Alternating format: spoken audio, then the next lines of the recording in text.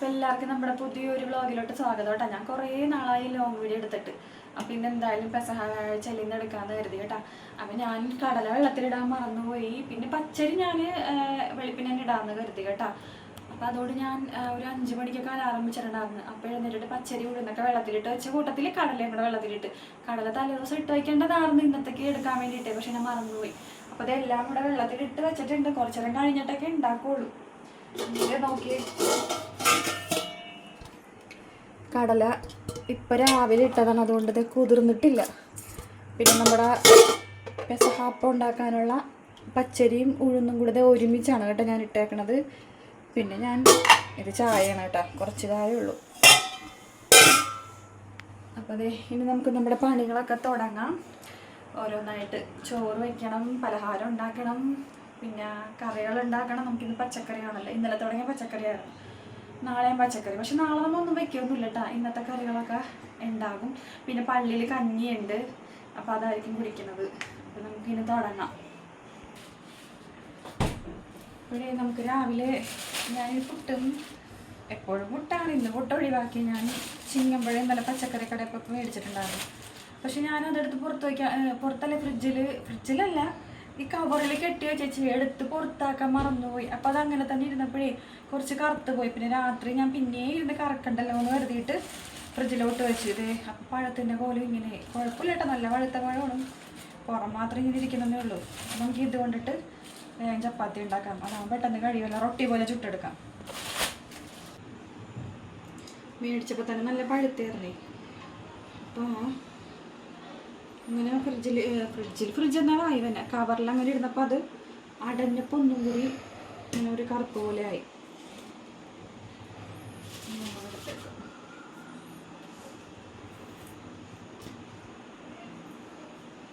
പഴമിട്ട ചപ്പാത്തി ഉണ്ടാക്കുമ്പോഴില്ലേ മൈദപ്പൊടി എടുക്കാറ്, ചിലർ ഗോതമ്പ് എടുക്കും കേട്ടോ. പക്ഷെ ഞാൻ ഈ ചിങ്ങമ്പഴം അല്ലെങ്കിൽ ഞാലിപ്പൂവൻ പഴമൊക്കെ ഇട്ട് ഉണ്ടാക്കും. ചെറുപഴം ഇട്ട് ഉണ്ടാക്കാം, പക്ഷെ ഇച്ചിരി പുളി പോലെ വന്നു. പക്ഷേ ചിങ്ങമ്പഴമാണ് ടേസ്റ്റ്. അതിട്ട് ഉണ്ടാക്കുമ്പോൾ ഞാൻ മൈദപ്പൊടി തന്നെയാണ് കേട്ടോ ഉണ്ടാക്കാറ്. മൈദ അത്ര നല്ലതല്ലെങ്കിലും മൈദ കൊണ്ട് ഉണ്ടാക്കുമ്പോൾ നല്ല പ്രത്യേക ടേസ്റ്റാണ്. തേങ്ങയും പഞ്ചസാരയും മൈദയും പഴവും കൂടി നന്നായിട്ട് ഇങ്ങനെ പീച്ച് കുഴച്ചിട്ട് റൊട്ടി പോലെ ചുട്ടെടുക്കും. പിന്നെ ഗോതമ്പ് പൊടിയുടെ ഞാൻ ഉണ്ടാക്കുന്നത് ശർക്കര ഇട്ടിട്ടാണ്. ഞാൻ കുറേ പ്രാവശ്യം ഉണ്ടാക്കി കാണിച്ചിട്ടുള്ളതാണ്. ശർക്കരയും തേങ്ങയും പിന്നെ പാകത്തിന് ഉപ്പൊക്കെ ഇട്ട് വെള്ളം ഒഴിച്ചിട്ട് നന്നായിട്ട് കുഴക്കും. എന്നിട്ട് കൈ വെച്ച് തന്നെ ഇങ്ങനെ കൈ നനച്ച് ഇനി തൊട്ട് പരത്തിയെടുക്കും. അതേപോലെ തന്നെ ഇത്. പിന്നെ ശർക്കര ഇടണില്ലെന്ന് മാത്രം, പിന്നെ പഴം അതിന് പകരം. കൈ വെച്ചിട്ട് തന്നെ കുഴയ്ക്കാൻ നോക്കണം കേട്ടോ, എന്നാലും അതെല്ലാം കൂടെ നന്നായിട്ട് യോജിച്ച് വരുള്ളൂ. പിന്നെ പഴം വേണമെങ്കിൽ നിങ്ങൾക്ക് സ്പൂൺ വെച്ചിട്ട് ഉടച്ചെടുക്കണമെങ്കിൽ ഉടച്ചെടുക്കാം. ഇത് നല്ല പഴുത്തതായതുകൊണ്ട് ഞാൻ കൈ വെച്ച് തന്നെയാണ് കേട്ടോ ഇങ്ങനെ പീച്ച് കൂട്ടി എടുക്കണത്.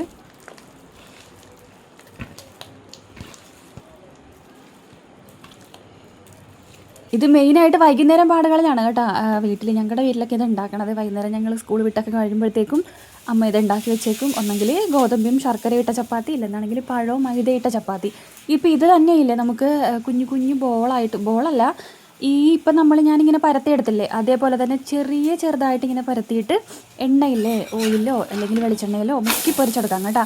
അതും നന്നായിട്ട് കഴിക്കാൻ ടേസ്റ്റാണ്. പിന്നെ അതിൽ ഒരുപാട് എണ്ണ ഉണ്ടാവും.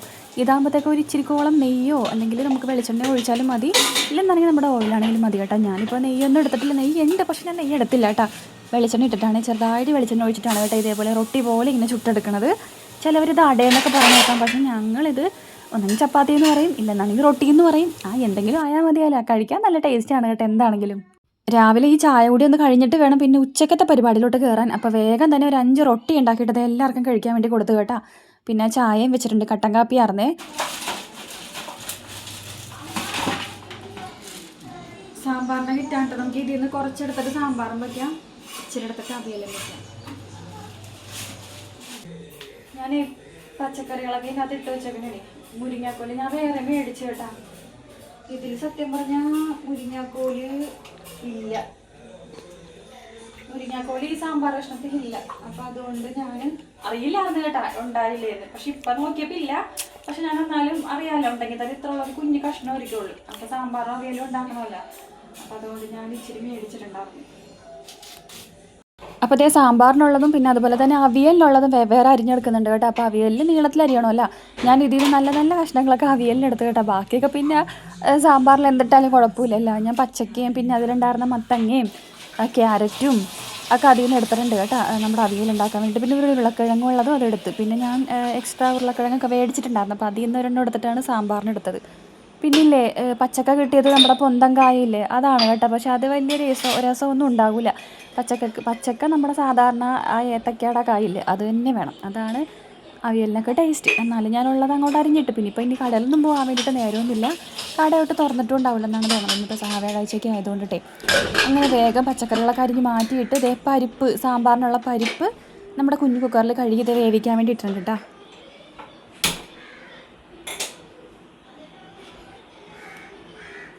ഇന്ന് പള്ളിയിൽ 6 മണിക്കാണ് കേട്ടോ, അപ്പോൾ അതുകൊണ്ടിട്ട് പണികളൊക്കെ സാവകാശം ചെയ്തൊക്കെ തീർത്താൽ മതി. അപ്പോൾ ഞാൻ ഉച്ച കഴിഞ്ഞിട്ട് അപ്പം ഉണ്ടാക്കാമെന്ന് കരുതി. അപ്പോൾ ഈ പച്ചക്കറികളൊക്കെ വെച്ച് വരുമ്പോൾ തന്നെ ഉച്ചയാകും. അത് കഴിഞ്ഞ് കുളിച്ച ശേഷം അപ്പമൊക്കെ ഉണ്ടാക്കാമെന്ന് കരുതി ഇരിക്കുന്നതാണ് കേട്ടോ. അപ്പോൾ കോളിഫ്ലവർ ഞാൻ അതിൻ്റെ ആ ഇലയും ഇതൊക്കെ അങ്ങോട്ട് കളഞ്ഞിട്ട് കുറച്ച് ഉപ്പുവെള്ളത്തിലിട്ട് വയ്ക്കാമെന്ന് കരുതി. ഞാൻ ഈ ഫോൺ വാങ്ങിയിട്ട് ആദ്യമായിട്ട് എടുക്കുന്നുണ്ട് കേട്ടോ ഈ ലോങ് വീഡിയോ. അപ്പോൾ അതിൻ്റെതായ ക്ലാരിറ്റി ഉണ്ടോ അല്ലെങ്കിൽ ഇല്ലയോ, സൗണ്ട് ഉണ്ടോ ഇല്ലേ എന്നൊക്കെ പറയണം കേട്ടോ, എനിക്ക് കമൻറ്റിലൂടെ പറയണേ.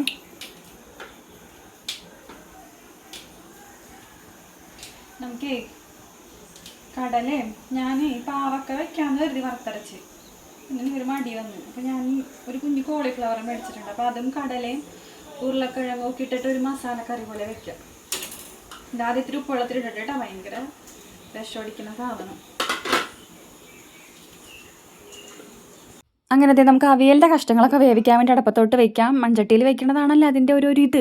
അപ്പോൾ ഇതേ വേവിക്കാൻ വേണ്ടി വെക്കുന്നുണ്ട് കേട്ടോ. ഞാൻ മീൻ കറി വെക്കുന്നതും പച്ചക്കറി വെക്കുന്നതൊക്കെ ഈ ഒരു ചട്ടിക്കകത്താണ് കേട്ടോ. പിന്നെ നമ്മൾ സോപ്പിട്ടൊക്കെ കഴുകിയെടുക്കണതല്ലേ, അപ്പോൾ മീനിൻ്റെ മണമൊന്നും അങ്ങനെ വലിയ രീതിയിൽ ഉണ്ടാകുമൊന്നുമില്ല. അപ്പോൾ പച്ചക്കറി വയ്ക്കാൻ വേറെ ചട്ടി, മീൻ കറി വയ്ക്കാൻ വേറെ ചട്ടി, അങ്ങനെയൊന്നും എൻ്റെ അടുത്തില്ല കേട്ടോ. ആകെ 2-3 മൺചട്ടി ഉണ്ട്, അതിൽ തന്നെ അങ്ങോട്ടും ഇങ്ങോട്ടൊക്കെ മാറ്റി വയ്ക്കും. അപ്പോൾ ഞാൻ കുഞ്ഞു കുക്കറിലാണ് പരിപ്പ് അടപ്പത്ത് വെച്ചത്. അപ്പോൾ അതുകൊണ്ട് ഈ കഷ്ണങ്ങൾ, സാമ്പാറിൻ്റെ കഷ്ണങ്ങൾ ഇട്ട് കഴിയുമ്പോഴത്തേക്ക് എല്ലാം കൂടെ തിങ്ങി പൊട്ടി ലാസ്റ്റ് എല്ലാം തെറിച്ച് പുറത്തോട്ടൊക്കെ ആകും. പിന്നെ എനിക്ക് അതിൻ്റെ ഇരട്ടി പണിയാവും. അപ്പോൾ ഞാൻ കരുതി പരിപ്പ് വേവിച്ചത് പാത്രത്തിനൊത്തോട്ട് ആക്കിയിട്ടുണ്ട് കേട്ടോ.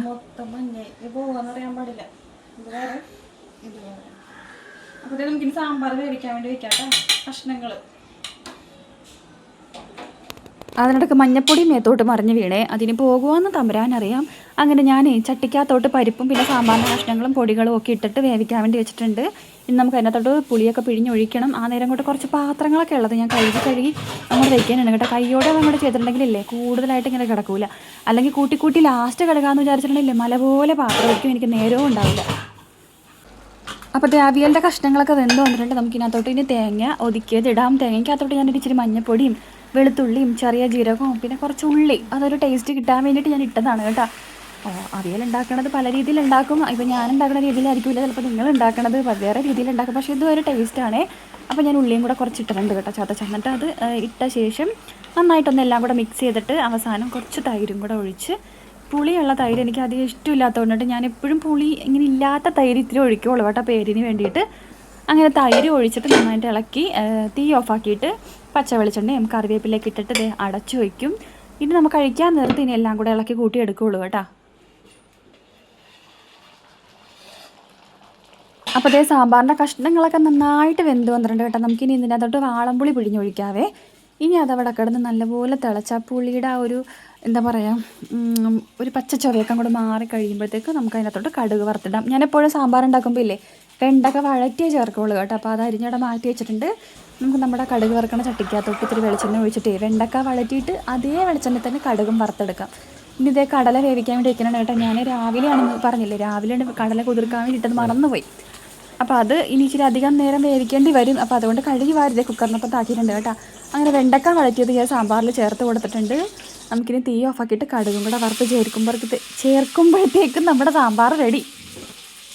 അപ്പോൾ ഞാനൊരു കാര്യം പറയാം കേട്ടോ, ലോങ് വീഡിയോക്കകത്താണ് ഇങ്ങനെ കുറച്ച് വിശദമൊക്കെ ആയിട്ട് പറയാൻ വേണ്ടി പറ്റുള്ളൂ. അപ്പോൾ ഇതിൽ കിടക്കട്ടെ എന്ന് കരുതി ഞാൻ ഒരു 10 പേർക്ക് ഫുഡ് കൊടുക്കണ ഒരു വീഡിയോ ഇട്ടിട്ടുണ്ടായിരുന്നു. അപ്പോൾ അതിൽ 1-2 പേര് 1-2 അല്ല കേട്ടോ 2-8 പേരൊക്കെ കുറച്ച് നെഗറ്റീവ് എന്ന് പറയാൻ പറ്റില്ല, അവരുള്ള കാര്യമാണ് പറഞ്ഞത്. നമ്മൾ ഈ അന്നദാനം കൊടുക്കണതൊക്കെ നാട്ടുകാരെ കാണിക്കേണ്ട ആവശ്യമുണ്ടോ എന്നൊക്കെ ചോദിച്ചിട്ട്, വീഡിയോ എടുത്ത് കാണിക്കേണ്ട ആവശ്യമുണ്ടോ എന്നൊക്കെ ചോദിച്ചിട്ടിട്ടുണ്ടായിരുന്നു.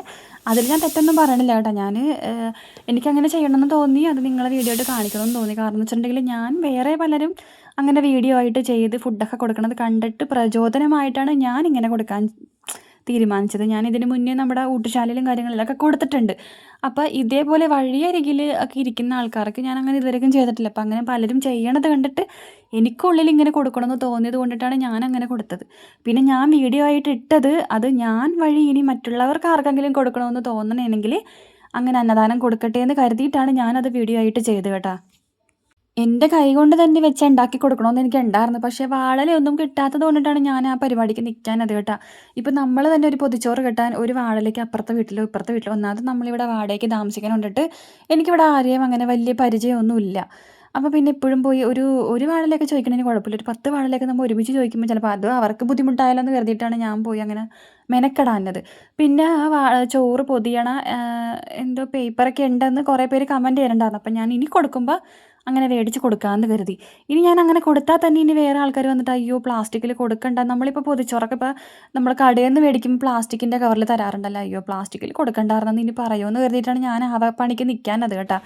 അപ്പോൾ ഇനി കൊടുക്കുമ്പോൾ ഞാൻ അങ്ങനെ കൊടുക്കാൻ നോക്കാം. അതാകുമ്പോഴത്തേക്കും കുഴപ്പമില്ലല്ലോ, കടയിൽ പോയി മേടിച്ചിട്ടുണ്ടെങ്കിൽ നമുക്ക് ആരുടെ മുന്നിൽ മോന്തയൊന്നും കാണണ്ടല്ല, നമുക്ക് ഇഷ്ടം പോലെ എന്താണെന്ന് വെച്ചിട്ടുണ്ടെങ്കിൽ നമുക്ക് ചെയ്ത് കൊടുക്കാം. അപ്പോൾ ഞാനിനി അങ്ങനെ ചെയ്യാൻ ശ്രദ്ധിക്കാം കേട്ടോ. അപ്പോൾ അങ്ങനെയൊക്കെയാണ് കാര്യങ്ങൾ. അപ്പം ഞാൻ ചെയ്യണത് കണ്ടിട്ട് ഇനി ആർക്കെങ്കിലും അങ്ങനെയൊക്കെ കൊടുക്കാൻ വേണ്ടി തോന്നണമെങ്കിൽ രണ്ടുപേരെങ്കിൽ രണ്ടുപേരും ഒരാളെങ്കിലും ഒരാളങ്ങനെ കൊടുക്കാൻ തോന്നണമെങ്കിൽ കൊടുത്തോട്ടെ എന്ന് കരുതിയിട്ടാണ് ഞാനത് വീഡിയോ ആയിട്ട് ഇട്ടത്. എനിക്ക് അങ്ങനെയൊക്കെ കൊടുക്കാൻ ഭയങ്കര ഇഷ്ടമുള്ള ഒരാളാണ് കേട്ടോ. പക്ഷേ എൻ്റെ കയ്യിലങ്ങനെ എന്താ പറയുക, എറിയാനറിയാവുന്ന കവൻ്റെ കയ്യിൽ വടി കൊടുക്കില്ലെന്ന് പറഞ്ഞ പോലെ എനിക്കപ്പോൾ നിങ്ങൾ വിചാരിക്കും ഒരുപാട് പൈസ ഉണ്ട്, അങ്ങനെയൊന്നും ഉണ്ടായിട്ടൊന്നും അല്ല കേട്ടോ, നമ്മുടെ അവസ്ഥയൊക്കെ അറിയാമല്ലോ. പക്ഷേ എനിക്ക് അങ്ങനെ കൊടുക്കാനും മേടിക്കാനൊക്കെ ഭയങ്കര താല്പര്യമുള്ള ഒരാളാണ് ഞാൻ.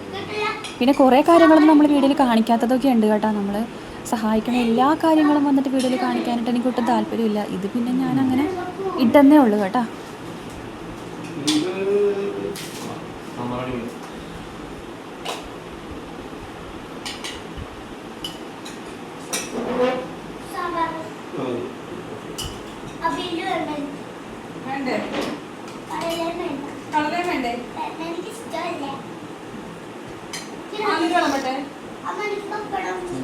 അങ്ങനെ ചോറും പിന്നെ അതുപോലെ തന്നെ സാമ്പാറും അവിയലും പിന്നെ കടലക്കറിയും പപ്പടമൊക്കെ വറുത്തപ്പോൾ നമ്മുടെ ഉച്ചക്കത്തെ ഊണ് കുശാലായിട്ടുണ്ട്. ഈ ദുഃഖ വ്യാഴാഴ്ചയ്ക്ക് വരുമ്പോൾ നമ്മൾ ഒരുപാട് പച്ചക്കറികളൊക്കെ വെക്കും കേട്ടോ.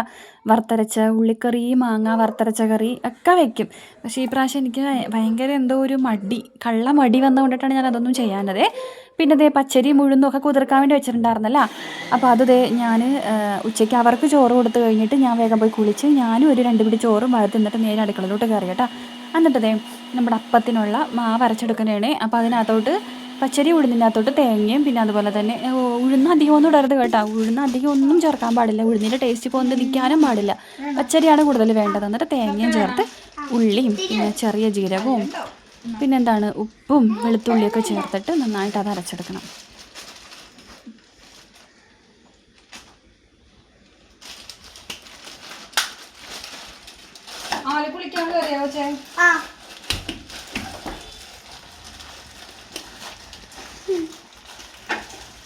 പിന്നെ ഈ ചുട്ടെടുക്കണം അപ്പം ഉണ്ടാക്കാൻ എനിക്കറിയില്ല കേട്ടോ. നമ്മുടെ വീട്ടിൽ അതങ്ങനെ ഉണ്ടാക്കി എനിക്ക് സത്യം പറഞ്ഞാൽ അങ്ങനെ കഴിച്ചതൊരു ഓർമ്മയില്ല. പിന്നെ യൂട്യൂബിലൊക്കെ ഞാനിങ്ങനെ പലരും ഉണ്ടാക്കണതൊക്കെ കണ്ട്. പക്ഷേ ഈ പ്രാവശ്യം ഉണ്ടാക്കണം എന്നൊക്കെ ഒരു ആഗ്രഹം ഉണ്ടായിരുന്നു, പക്ഷെ നടന്നില്ല കേട്ടോ. നമുക്ക് അടുത്ത പ്രാവശ്യം അങ്ങനെ ഒരു ചുട്ടെടുത്ത അപ്പവും കൂടി ഉണ്ടാക്കി നോക്കാം കേട്ടോ. അങ്ങനെ ഞാൻ ഒരൊറ്റ അപ്പം ഉണ്ടാക്കണത്. അപ്പോൾ അത് നല്ല കട്ടിക്കാണ് ഉണ്ടാക്കണത്. അപ്പോൾ അതുകൊണ്ടിട്ട് പെസഹാപ്പം എന്ന് പറയുമ്പോഴത്തേക്ക് ഇച്ചിരി കട്ടി വേണം കേട്ടോ. പിന്നെ നേർച്ച പോലെ കഴിക്കണതില്ല. അപ്പോൾ ഒരു കണ്ടമാനമൊന്നും ഉണ്ടാക്കേണ്ട ആവശ്യമില്ല. ഞാനത് ഒരെണ്ണേ ഉണ്ടാക്കാനുള്ളൂ. എന്നിട്ട് നമ്മൾ ആ ഞായറാഴ്ച പള്ളിയിൽ പോയില്ലേ, ഓശാന ഞായറാഴ്ച പള്ളിയിൽ പോയപ്പോൾ കിട്ടിയ കുരുത്തോല കുരിശു രൂപത്തിലാക്കി വെച്ചിട്ടുണ്ട്. എന്നിട്ട് ഇഡ്ഡലി ചെമ്പിൽ വേവിക്കാൻ വേണ്ടി വെച്ചിട്ടുണ്ട്. തൊട്ടപ്പുറത്ത് അടുപ്പിൽ തേങ്ങാപ്പാലും റെഡിയാക്കി എടുക്കുന്നുണ്ട് കേട്ടോ. തേങ്ങാപ്പാലും പിന്നെ അതുപോലെ തന്നെ ശർക്കരയും കൂടിയാണ് ഉണ്ടാക്കിയെടുക്കണത്. അങ്ങനെ അപ്പവും പാലൊക്കെ റെഡിയാക്കി വെച്ചിട്ടുണ്ട്. നമ്മളിനി പള്ളിയിൽ പോയി വന്ന ശേഷമാണ് കേട്ടോ അപ്പമൊക്കെ മുറിച്ച് കഴിക്കുകയുള്ളൂ. അപ്പോൾ 6 മണിക്കാണ് പള്ളിയിൽ. അപ്പോൾ ഞാനും ആമിക്കുട്ടിയും ആലും ചേട്ടനും കൂടി ഇറങ്ങുന്നതാണ് കേട്ടോ. അപ്പൻ മാനാശ്ശേരി പള്ളിയിലേ പോകുള്ളേ, അത് എൻ്റെ ഇടവക പള്ളിയാണ് കേട്ടോ, അവിടെ പോകുള്ളൂ. അപ്പോൾ ഞങ്ങൾ നസ്രത്ത് പള്ളിയിലാണ് കേട്ടോ ഇന്ന് പോണത്. അപ്പോൾ നാളെ ദുഃഖ വെള്ളിയാഴ്ചയല്ലേ, നാളെ നേരത്തെ തുടങ്ങും കേട്ടോ. 3 മണിയൊക്കെ ആകുമ്പോൾ തന്നെ നാളെ തുടങ്ങും.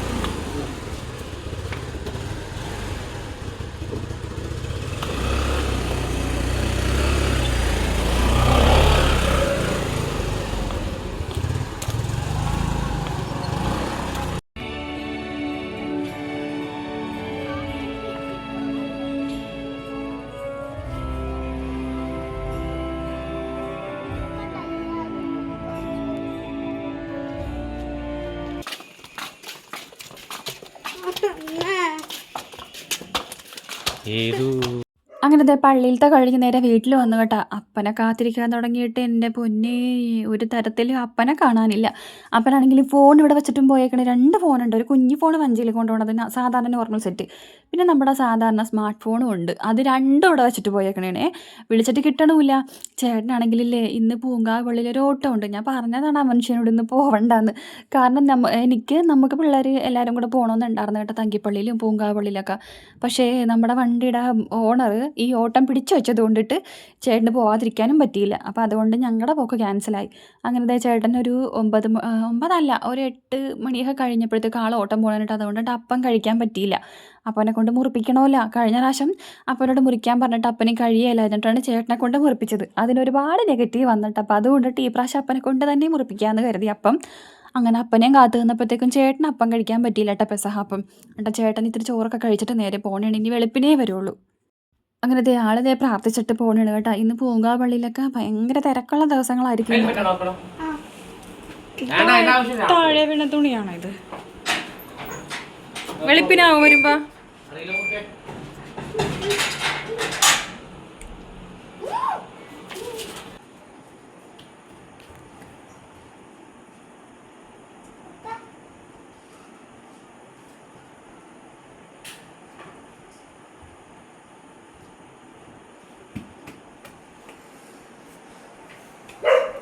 വെച്ചോ.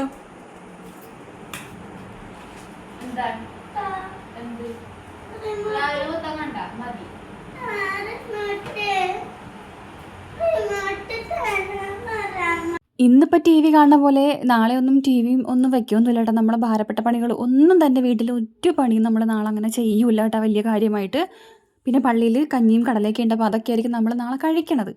അങ്ങനെ അപ്പൻ ഒരു 9 മണിയായി കേട്ടോ വന്നപ്പോഴത്തേക്കും. അങ്ങനെ അപ്പമൊക്കെ മുറിച്ച് ഞങ്ങൾ അപ്പവും പാലൊക്കെ കൂട്ടി കഴിച്ചതുകൊണ്ട് പിന്നെ രാത്രി ആരും ചോറൊന്നും കഴിക്കാനൊന്നുമില്ല കേട്ടോ. അപ്പോൾ ഞാൻ ആ കറികളൊക്കെ വേഗം തന്നെ ഓരോന്ന് ചട്ടിക്കകത്തോട്ടൊന്ന് മാറ്റിയിട്ട്, ചേട്ടൻ മാത്രമേ ചോറ് കഴിച്ചുള്ളൂ. ഞങ്ങൾ ആ കറികളൊന്നും എല്ലാം ഫ്രിഡ്ജിലോട്ട് ഞാൻ മാറ്റി എല്ലാം കഴുകി വൃത്തിയാക്കിയിട്ട് നേരെ കിടന്നുറങ്ങാൻ വേണ്ടി വന്നേക്കിട്ടുണ്ടെങ്കിൽ. അപ്പോൾ ആമിക്കുട്ടിയുടെ മുടി ഒന്ന് കെട്ടി വെച്ച് കൊടുക്കണം കേട്ടോ. മുടി വെട്ടാമെന്ന് പറഞ്ഞിട്ട് സമ്മതിക്കണില്ല. എനിക്ക് മുടി നീട്ടി വളർത്തണമെന്ന് പറയണേ ആലുവിനെ പോലെ. പിന്നില്ലേ ഈ ആലുവിനെ നമ്മളധികം വീഡിയോയിൽ കാണിക്കാത്തതേ. ആലുവിന് സത്യം പറഞ്ഞാൽ വീഡിയോയിൽ അങ്ങനെ വരണതൊന്നും വലിയ ഇഷ്ടമല്ല കേട്ടോ. അവളെ വലിയ കുട്ടിയായില്ലേ, അപ്പോൾ അവക്കടെ അഭിപ്രായം കൂടെ നമ്മൾ മാനിക്കണ്ടേ. അപ്പോൾ രാവിലെ തന്നെ ഫുഡ് കഴിക്കണമെന്ന് എടുത്തോട്ടെ എന്ന് ചോദിച്ചപ്പോൾ വേണ്ടമ്മ വേണ്ടമ്മ വേണ്ടമ്മ എന്നാണ് പറഞ്ഞത്. അപ്പോൾ അതുകൊണ്ടിട്ടാണ് ഈ ഇടക്കും തലക്ക് ആലുവിനെ കാണിക്കണത് കേട്ടോ. ആലുവിന് വലിയ താല്പര്യമില്ല ഇങ്ങനെ വീഡിയോയിൽ വന്നിട്ട്, വീഡിയോയിൽ വരാനായിട്ട് ഇഷ്ടമല്ല, അതുകൊണ്ടിട്ടാണ് കേട്ടോ. പിന്നെ നമ്മുടെ കുറുനാപ്പിക്ക് അങ്ങനത്തെ പ്രശ്നങ്ങളൊന്നുമില്ലേ. പപ്പ ഇവിടെ ഇല്ല, പൂങ്കാവള്ളിയിൽ പോയേക്കണേ. ഗുഡ് നൈറ്റ് പറഞ്ഞു. എല്ലാവർക്കും ഗുഡ് നൈറ്റ്. അടുത്ത വീഡിയോയിൽ കാണാം. അടുത്ത വീഡിയോയിൽ കാണാം. ടാറ്റാ.